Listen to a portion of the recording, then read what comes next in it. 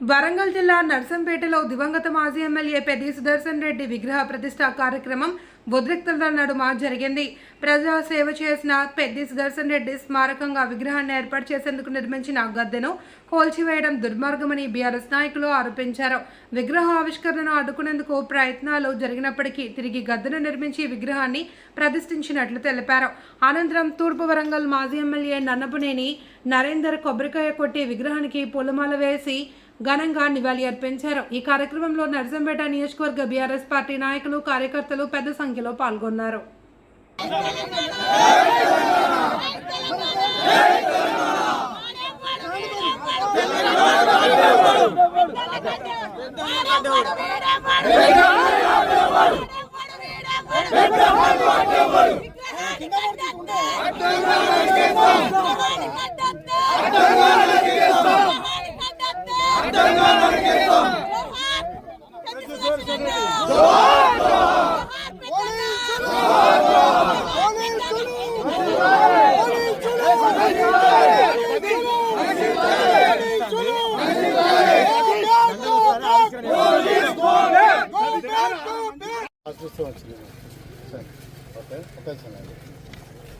పుస్తకం వచ్చింది. జన్ను కొమరం ఎవరికి అమ్మింది?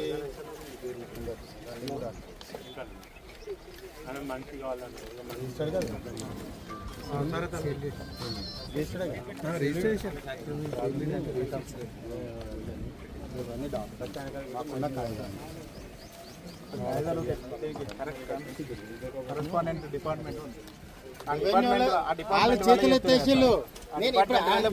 నేను మాట్లాడింది మున్సిపల్ కమిషనర్కు ఎవరు ఆర్డర్స్ ఇచ్చారో అది చెప్తారు. మున్సిపల్ కమిషనర్కు ఆర్డీఓ స్టాండింగ్ ఇన్స్ట్రక్షన్స్ ఇచ్చిందంట. మీరు అఫీషియల్గా ఇవ్వండి అమ్మా, అప్పుడు చెప్తామని చెప్తాం. వాళ్ళని కూడా ఇన్వాల్వ్ చేస్తాం, హ్యూమన్ రైట్స్కి వెళ్తాం, వాళ్ళని కూడా ఇన్వాల్వ్ చేస్తాం. మాకు చట్టం ఏం తెలియదు. మేము చట్టసభలలో కూర్చున్నారు. చాలా క్లియర్. వాళ్ళని మీ కలెక్టర్ నియమనం హ్యూమన్ రైట్స్ కింద అది. ఈ పట్టణంలో ఇది ఒక్కటే అసైన్లో కడతాలంటే అది ఆయన ఉత్త మనిషి ఇంత మెడికల్ కాలేజ్ తెచ్చిన మనిషి ఉంటుంది అన్నట్టు ఉండదు. నేను దయచేసి మీకు ఒకటే చెప్తాను, రూల్ మేము క్రాస్ చేస్తే మమ్మల్ని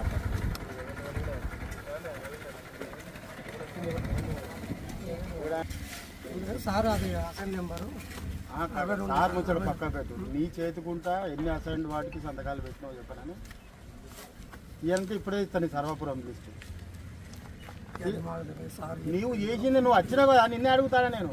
వాళ్ళు ఎందుకు అడుగుతా? వాళ్ళని అడిగిన ఆల్రెడీ నేను, వాళ్ళందరినీ అడిగిన నేను. నువ్వు ఇప్పుడే తెప్పిస్తా నేను. ఇన్ఫర్మేషన్ యాక్ట్ కింద మొత్తం వస్తుంది ఎంతసేపు అట్లా. అది 15 రోజులు పడుతుంది కదా. మా వాళ్ళు ఊళ్ళో పోయి మా పార్టీ వాళ్ళని చెప్తా అన్నీ పడుతుంది. నేనేమంటున్నా, అధికారులు ఇన్వాల్వ్ కాకండి. ఇన్వాల్వ్ అయ్యే వాళ్ళు ఎవరో రమ్మని చూసుకుంటాను. నేను చెప్తాను, అనవసరంగా మీ ఉద్యోగాలకే సార్ ముందే చెప్తాను నేను. నాకు చట్టం తెలుసు, రూల్స్ తెలుసు, అన్నీ తెలుసు. మీరు ఇక్కడ ఏం జరిగిందన్నది కూడా నాకు తెలుసు. ఇంత మంచి కార్యక్రమాన్ని డిస్టర్బ్ చేయకండి. ఒక మనిషి చనిపోతే గింత 2 months ఉంటుందా? గింత చిల్లర ఉంటుందా? మీకేం సంబంధం అండి? రూల్ ఉంటే చెప్పి మేము ఆపుతాం. రూల్ ఉంటే చెప్పి ఆపుతాం. మీరు రూల్ను ఎట్లా క్రాస్ చేసిలో మాకు తెలుసు. ఎంతమందికి ఇది నువ్వే వచ్చే మందికి ఇచ్చినాం మీ సర్వాపురంలో. అట్లా ఉండదండి. మీరు ఉద్యోగస్తులు మీ ఉద్యోగాలు పడం పెట్టుకొని వస్తా అంటే రండి, లేదంటే రాజకీయంగా మేము తెలుసుకుంటాం. మేము ఎవరినేమంటాం ఉద్యోగస్తుల జోలికి రాను కూడా రాము. మేము వాళ్ళతో కూడా అదే ఇప్పుడు మీరెందుకండి వాళ్ళెవరో ప్రేయర్ పెట్టి చేసుకున్నారు? ఎందుకండి ఇది పద్ధతి కాదు కదా. ఏం చేస్తారా మేము? మంది జాగాలు ఖర్చు చేస్తారా అండి? మా స్థానాలు మా ఇంట్లో మేము ఏమైనా భాగవతం ఆడించుకుంటామండి. మీకేం సంబంధము? సార్ ఎవరండి? ఆయన కూడా ఒక ఎంప్లాయ్ అండి. పబ్లిక్ రెవెన్యూ తోటే బతుకుతాండి ఆయన కూడా. మీ ఆర్డీఓ తోటే మాట్లాడినా, ఉమారాణితో. అట్లా కాదండి. మీరు డిసైడ్ చేసుకోండి. వీడికి వచ్చే స్పాట్ మీదకి వచ్చే ఎవరైనా డిసైడ్ చేసుకోండి. మేము కాదు డిసైడ్ చేయాలి.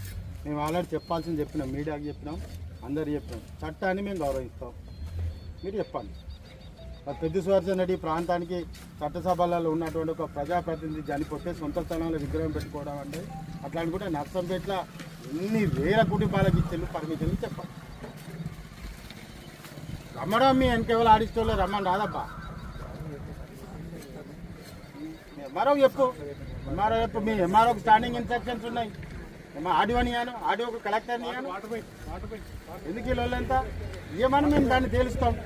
వాళ్ళని కూడా మేము హ్యూమన్ రైట్స్ కింద పెడతాం. ఎందుకు పెట్టాం? బరాబర్ పెడతాం. హ్యూమన్ రైట్స్ కింద పెట్టేస్తాం మేము కూడా. మనిషి యొక్క విలువను తీసేసి మానవ హక్కులు కాలరాసేది అధికారులా కాదు కదా. రాజకీయ నాయకులు చేస్తారు కాబట్టి ఇక్కడ చేస్తారు కాబట్టి మేము వాళ్ళతో కొట్లాడుతున్నాం. మీకెందుకు ఈ పంచాయతీ?